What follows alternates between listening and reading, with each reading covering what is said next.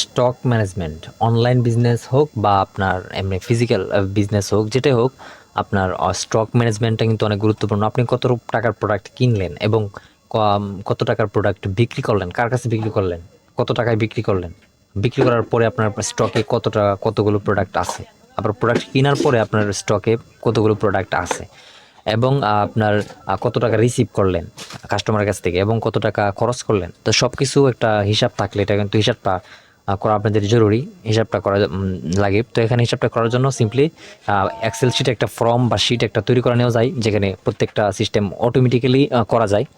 তো এখানে এ হচ্ছে আমাদের শিটটি। এখানে পারচেস লিস্ট, এখানে কী কী কিনবেন ডেট দেওয়া যাবে, নাম দেওয়া যাবে, কত কোয়ান্টিটি, দাম দেওয়া দিলে টোটাল অ্যামাউন্ট এরকম, আবার এটা স্টকে অ্যাড হবে। তারপর এখান থেকে সেলস করলে আপনার কাস্টমারের নাম, ডেট এবং কন্ট্যাক্ট নাম্বার, তারপর সেলস রেট, টোটাল অ্যামাউন্ট, কত টাকা সেল করছেন, পার্সেল আইডি,